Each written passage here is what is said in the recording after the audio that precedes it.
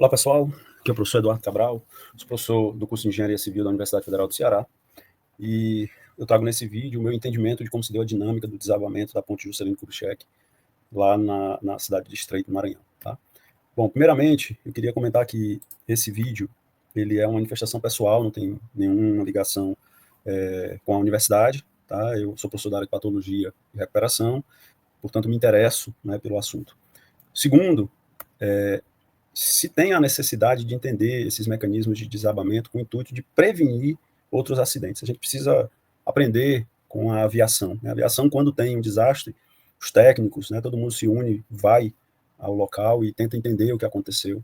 Eu vejo muito pouco isso na engenharia. Tá? Então eu busquei, ao longo desses dias, hoje já completam 8 dias, recebi muito material, estudei um pouco a respeito de como ocorreu. Tá? Justifica-se aqui pelo fato do estado do Ceará ser um estado que está tremendamente afetado, né, com essas pontes, e em estado crítico ruim. Tá? 727, como foi noticiado pela Folha de São Paulo, 93 estão aqui no estado do Ceará, é o principal estado que tem mais pontes com classificação ruim ou crítico. Terceiro, que eu usei para esse vídeo informações que não são oficiais. Né? Usei vídeos que eu recebi da internet, documentos que eu recebi da internet, alguma pesquisa que eu fiz em livro, etc. Bom, primeiro, vamos entender como é o sistema estrutural da ponte lá do Juscelino Kubitschek no Estreito, tá? Então eu tenho aqui à esquerda do vídeo o município de Arguiarnópolis, à direita do Estreito. Abaixo eu estou chamando de montante, né, a água que não passou por baixo da ponte ainda, e jusante a água que já passou pela ponte, tá?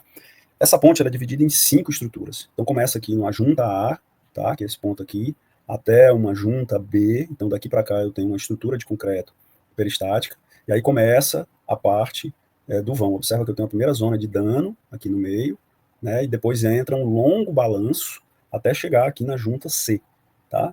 E aí eu tenho entre B e C um pedaço aqui biapoiado e um longo balanço. Então a junta C é o meio da ponte, tá? E aí eu passo para o lado do Maranhão, né? Tenho aqui um pedaço também grande em balanço, chega uma outra zona de danos, né, armaduras expostas, etc. Chegando a junta D, então entre C e D eu tenho novamente, espelhando que tem aqui a parte isostática, peristática e uma parte em balanço. Entre D e E eu tenho uma estrutura mais comportada, de poucos pilares, e entre E e F uma outra estrutura peristática também em solo com vários pilares. Então observa assim que o avanço aqui do lado do Maranhão é bem maior do que... Então aqui eu tenho 3 estruturas e aqui eu tenho 2 estruturas. Então são 5 estruturas distintas que formam essa ponte. Existe um documento, né, que é um anteprojeto de recuperação, que é esse documento que o DENIT tinha conhecimento, lá de 2020, que ele traz algumas informações. Né? Então, pelo que eu colhi, essa primeira estrutura entre as juntas A e B, ela tem ali 4 pilares. Entre B e C, ele tem 2 pilares, então tem uma parte aqui biapoiada e tem um longo balanço. Tá? Entre C e D, isso aqui se espelha, né? Um longo balanço e uma parte biapoiada. E aí depois eu tenho 2 estruturas bem comportadas aqui, com vários pilares, etc. Esse desenho aqui está fora de escala, eu fiz à mão, de meramente ilustrativo, tá? E a numeração desses pilares, ele está conforme o documento do DENIT lá de 2020, que é a numeração que eu vou levar daqui para diante. O lado esquerdo é o lado do Tocantins, o lado direito é o lado do Maranhão, ok? Então aqui exemplifica, né, a primeira ligação Dente-Geber, segunda ligação B, outro Dente-Geber. Observa que parte dessa estrutura AB aqui, dessa primeira estrutura, ela se apoia, né, nessa estrutura em vermelho, aqui desenhado em vermelho. No meio eu tenho um outro Dente-Geber central, onde a figura aqui está meio ruim de ver, mas aqui fica melhor, que dá para ver que esse lado esquerdo é o lado do Tocantins, o lado direito é o lado do Maranhão, e o estado do Tocantins, ele se apoia, né, a viga do lado, ele se apoia no lado do Maranhão. A foto, a jusante, fica melhor de ver, tá? Então na foto da jusante, eu vejo o lado do Tocantins, que é o lado da esquerda aqui, se apoiando, né, por esse Dente-Geber no lado do Maranhão, tá? No balanço do Maranhão. E aqui o outro dente no encontro, meramente ilustrativo. É um caixão duplo, né, a estrutura, isso já foi amplamente divulgado. A distribuição de armaduras, ela predomina na parte superior, já que é uma parte em balanço, e a gente vê a modelagem que são grandes momentos negativos, né, o que justifica, né, essa distribuição. Então, o que eu vejo aqui, a quantidade de armaduras, né, distribuídas, ela se assemelha muito, né, muita armadura na ponta, muita armadura no meio. Isso aqui é só metade, isso aqui espelha para o outro lado, né. Então tem muita armadura aqui a armadura central, né, caixão duplo, isso aqui são vazios para passar pessoas, e aparente está molhado, né, não sei se é da queda da água que molhou, muito possivelmente, mas está molhado aí, ou se tinha infiltração daqui de cima, enfim. O método construtivo, isso foi divulgado já, se fez inicialmente a parte biapoiada, e depois se fez por balanços sucessivos, né, até fechar com a juntazinha com dente Gerber lá no meio, tá? Aqui algumas fotos da época, né, mostrando a construção, como é que se dava, né, coisas que eu recebi aqui, acho que muitas pessoas receberam, mostrando, né, esse aqui é bem importante, ó, mostrando o balanço como era. Tá? Então, se tiver o lado de cá já todo produzido, todo pronto, e o lado de lá em balanço. Bom, essa ponte passou por um reforço estrutural, né? Esse lado aqui é um lado que está, essa parte central é uma parte central que está em balanço, né? Então aqui ele tem um momento negativo gigante, né? A parte do momento zero vem aqui um momento muito grande, então toda a parte de reforço negativo aqui foi feito. E aí esse documento ele traz aqui a ancoragens feitas por cordoalhas, né? Até comenta quantas cordoalhas são a cada quantidade de aduela se tinha 6 cordoalhas, né? E aí ele estima aí 120 cordoalhas de proteção, a gente vai ver isso aqui foi totalmente arrancado. As diagonais aqui, para reforço do cortante, tem 6 cordoalhas, e embaixo, né, do caixão, há 4 cordoalhas, né? Então a gente vê como foi feito, né? Tá aqui, ó, a parte em balanço, biapoiado, mas tem um momento negativo, então ele reforça bem, a gente vai ver isso mais perto. Aqui, diagonal, reforço em diagonal, ó, tá? E um reforçozinho passando por baixo. Então tá aqui, ó, reforço diagonal, reforço passando por baixo dela, e a gente vê aqui a própria modelagem, mostrada lá pelo DENIT. Grandes momentos, tem um pouquinho lá na coisa, um pouquinho de momento positivo, tá? Então, grande parte do reforço. Você observa que o reforço em cima, ele passa, né? Ó, o reforço, ele passa. Ele não interrompe no pilar, não, tá? Ó, novamente o reforço do cortante, embaixo aqui, passa para o outro lado, né, apoiando, ancorando esse reforço do cortante, e o dente Gerber, tá? Lado esquerdo Tocantins, lado direito Maranhão, Tocantins apoiando em cima ali do Maranhão, certo? Do outro lado, isso fica melhor, né, ó, fica melhor bem visto, e observa que tem uma ligaçãozinha aqui, né, embaixo, na ancoragem, né, unindo esses dois pontos. Bom, vamos falar da dinâmica em si do sinistro, tá? Então, o que eu vou comentar aqui é o que eu consegui conceber, entender, em função de fotos e vídeos, isso longe de querer ser um diagnóstico final do que ocorreu, teria que se ir lá buscar mais documentos, mas eu tento trazer aqui uma contribuição para quem efetivamente for estudar, os colegas que forem avaliar o que ocorreu, tá? Então, o que eu penso que ocorreu? Do lado do Tocantins, tá? Essa estrutura aqui em balança, ela começou a se movimentar muito para baixo, tá? E a gente tem indicação forte disso daqui, eu vou mostrar mais à frente.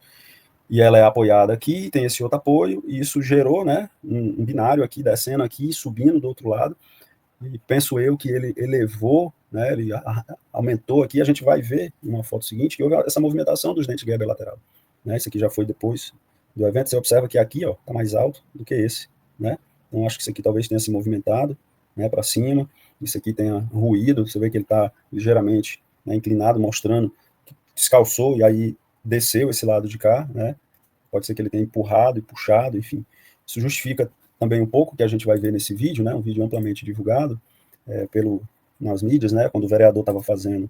E aqui eu quero chamar a atenção o seguinte, depois que esse caminhão passa, eu queria que vocês olhassem aqui nessa ponta, ó, que está íntegro a priori, ele começa a descolar, ó, fez um buraquinho aqui primeiro, ó, onde está o mouse, e aí aqui, ó, já abriu um pouco mais para o lado de lá, ó, nessa passagem dele a gente já vê que já aumentou um pouco mais, ó, aí ele muda a câmera para cá, e aqui o cinegrafista já mostra, né, que abriu totalmente aquele veículo lá, aquela caminhonete quando passou, já passou ali numa lombada, né, como se ele tivesse levantado ali e ocorreu o sinistro, né. Esse outro vídeo aqui foi momentos antes, a gente tem aqui, ó, já visualizando, né, uma deformada grande aqui no centro, a gente já vê isso bem nitidamente, né, e a aparência aqui tem é como se esse lado tivesse mais alto, e lembre-se que o lado esquerdo apoia no direito, né, então ele está empurrando esse cara para baixo aí, tá. E eu botei aqui no Google, e dá para perceber também, esse Google é de 2024, né? Dá para perceber essas deformadas. Olha aqui, ó, vai aqui pelo guarda-rei, ó. Dá para perceber que ele desce e depois levanta, né? A gente olhar aqui na lateral, aqui, ó, também tem isso. Então, já há indicações, já havia indícios, né? Visuais de que. E assim, o Google não é do dia do sinistro, né?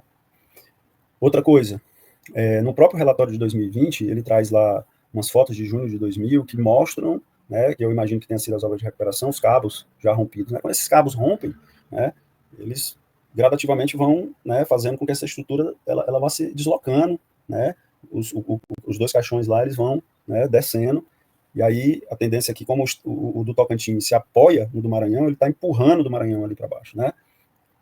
E nesse mesmo relatório, ele traz aqui um levantamento topográfico que mostra que no centro, né, ele vem toda aqui, a ponte você sabe que ela leva e depois, né, é uma parábola ali.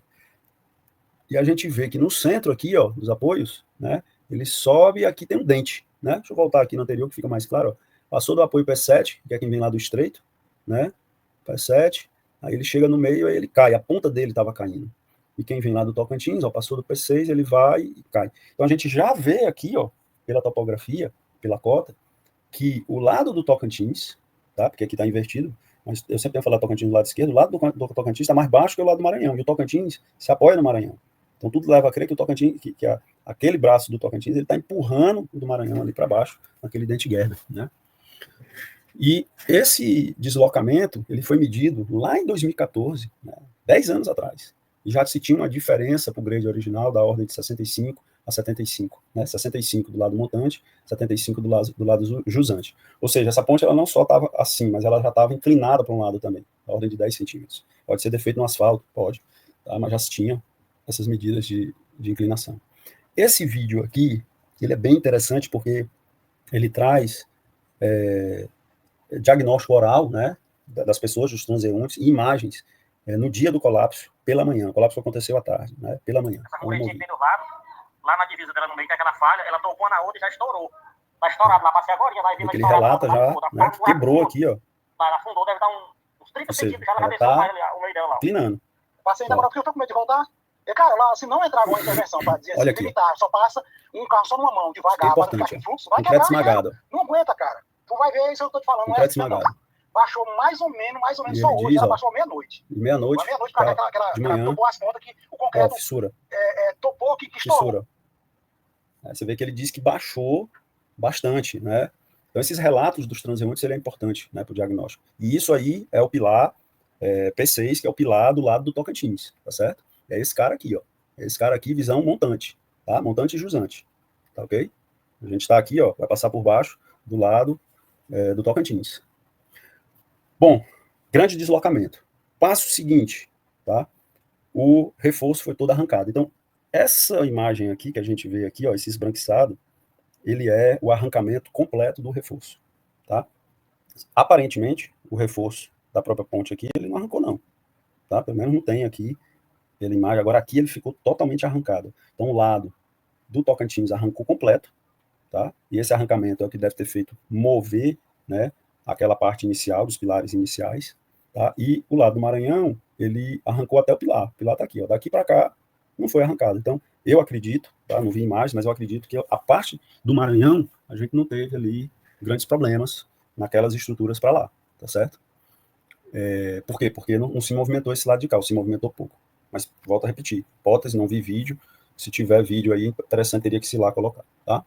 Então, aqui algumas fotos que mostram, né, isso, toda a parte arrancada, né, a parte do reforço, ó, reforço tanto a montante quanto a jusante arrancado, e o P7 lá arrancado, até um pedaço dele, ó, aqui ainda manteve, tá? Deixa eu tirar aqui, porque esse aqui é um videozinho. Então, a gente vê aqui, ó, que ele arrancou por completo, né, a parte do reforço negativo. E detalhe, ele não quebrou no pezinho do pilar, diferente do outro, né? Esse aqui ele quebrou um pouco mais dentro, tá? E, novamente, a vista montante, né? Tá lá no fundo a ponte de trem, tá? E a vista de jusante desse pilar, a gente vê aqui novamente, ó, íntegro e aqui arrancado, ok? Essa foto aqui dá para perceber melhor, né? P7, aqui que é o lado do Maranhão, dele para trás, manteve-se o reforço, tá? Dele para frente caiu, arrancou tudo. E essa parte aqui, como eu falei, ó, parece estar íntegra, tá? Pela foto que eu olhei aqui, quem tiver, por favor, me manda, para que a gente possa melhorar aí o nosso entendimento do que aconteceu. E vamos falar agora da influência desse dente Gerber, né? Lembrando, o dente Gerber, Tocantins, se apoia em cima do Maranhão, tá? Então, esse aqui é aquele vídeo que eu ampliei, tá? A gente vê aqui, ó, aqui está no tempo zero, tá? Tempo do início do vídeo. Então, aqui eu tenho uma primeira carreta, que parece que tem um carro de passeio, tem uma carreta lá atrás, esse carro de passeio, a carreta indo para o Maranhão, esse aqui indo para o Tocantins, tem uma carreta indo para lá, distribuição de carro que eu consegui identificar. Mas aqui o que é importante, ó? Vê que isso aqui, ó, tá mais inclinado, né, do que esse, tá? Claro, esse aqui é mais curto, né? Então, se ele é mais curto, ele inclina. Ele rompeu bem depois do pilar, né? Esse aqui rompeu já chegando no pilar. Mas pela sequência de vídeo que eu vou soltar aqui, observa que esse daqui, ele gera uma quantidade de água maior primeiro, e ele chega primeiro, né, na água. Né? Esse aqui some primeiro na água, esse daqui some depois, o que indica que possivelmente esse daqui rompeu primeiro, tá? Ele pressionou tanto, o Tocantins pressionou tanto, do lado do Maranhão, que ele rompeu primeiro, e aí essa estrutura ficou efetivamente em balanço por completo, não segurou o balanço todo e rompeu lá no pé do pilar, tá? Arrancando o reforço, arrancando tudo. Por isso que na imagem, aqui a gente vê, né, os arrancamentos, se eu voltar aqui, ó, a gente vê aqui, nessa imagem, ó, o arrancamento aqui dele parece ser a posterior, né? Que arrancou primeiro, ó, lá que tá arrancando. Mas vamos ver essa imagem aqui, esse videozinho aqui primeiro. Então vamos lá, ó. Tá descendo aqui, já some, e aqui, ó, já sumiu lá, e aqui ainda tem um pedaço do caminhão aqui, ó. E aí depois aqui vem, então, a mim parece, lado de cá, foi um lado que caiu primeiro, tá? Bom, o DNR tem um manual de obras, lá de 96, que fala do dente Geber, tá? E ele faz uma crítica ao dente Geber, né? Todos os dentes apresentaram sérios problemas, muitos já foram reforçados, a ruína de alguns provocou colapso, etc. As rupturas de dentes dependem das dimensões, pode ser rupturas frágeis, né? O que é uma ruptura frágil? Uma ruptura que não avisa, ela vai lá, rompe de uma vez, né? Nesse caso aí, a ponte avisou, mas não foi o dente que rompeu, né? Antes ele tivesse rompido, né? Se ele tivesse rompido, só o lado do Tocantins tinha caído, o outro tinha ficado, né? E aqui há um comentário que fala que na rodovia Belém-Brasília, na ponte do Rio Tocantins, foi inicialmente projetada em arco, ou seja, esse trecho era para ser em arco. Solução que seria de difícil execução, principalmente devido à época, em meados dos anos 50, o escoramento necessário revelou-se compatível com o caudal das águas, a gente viu que espalha muitas águas ali, né? Tem vídeo do Rio Tocantins naquele trecho, quando enche, toma tudo aquilo. Regime de rio com o prazo fixado na conclusão da obra, foi alterado o projeto e executou a primeira obra em balanços progressivos, balanços sucessivos, em concreto protendido no Brasil. Então foi a primeira obra em balanço progressivo em concreto protendido. E a quarta e última influência que eu trago é a questão da manutenção, né?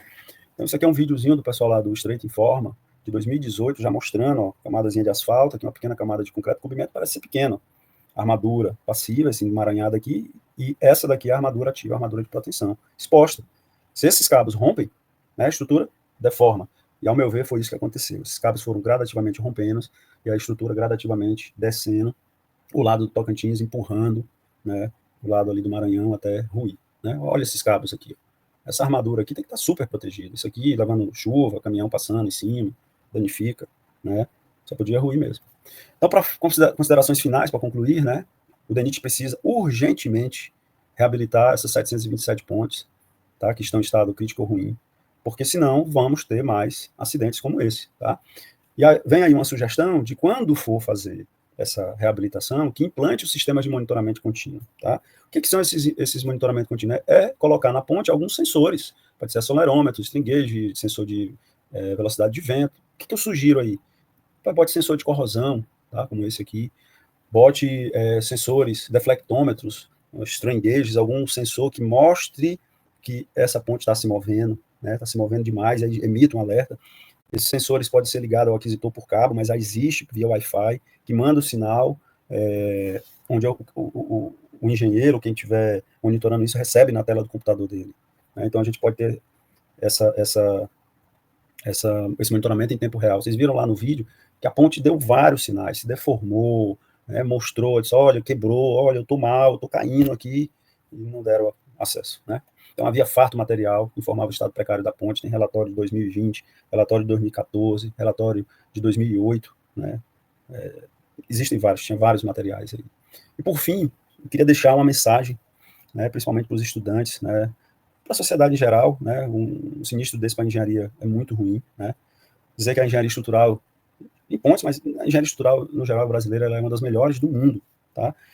E realmente o que falta é uma gestão inadequada, né? Quando a gente vê, né, esses anúncios em jornais importantes, BBC, New York, Reuters, e de engenharia, né, como o próprio ACI, o American Concrete Institute, colocando que a ponte do Brasil colapsou, isso é muito ruim para a gente que faz a engenharia, né? Porque, na realidade, a gente tem uma engenharia muito boa, né? Trouxe dois exemplos aqui. O primeiro, uma publicação na Springer Nature, tá? Uma renomada editora, a revista é Materials and Structures, comendo um artigo falando do engenheiro Fernando Lobo Carneiro, que é um engenheiro brasileiro, que inventou um ensaio de tração no concreto, que é conhecido mundialmente como ensaio brasileiro, né? Nós temos bons engenheiros. E a outra ponte, Rio-Niterói, que é uma obra magnífica, 10 anos mais jovem do que essa que caiu, mas está em perfeito estado porque tem manutenção, tá? Bom, era isso. Obrigado a todos que assistiram. Um abraço.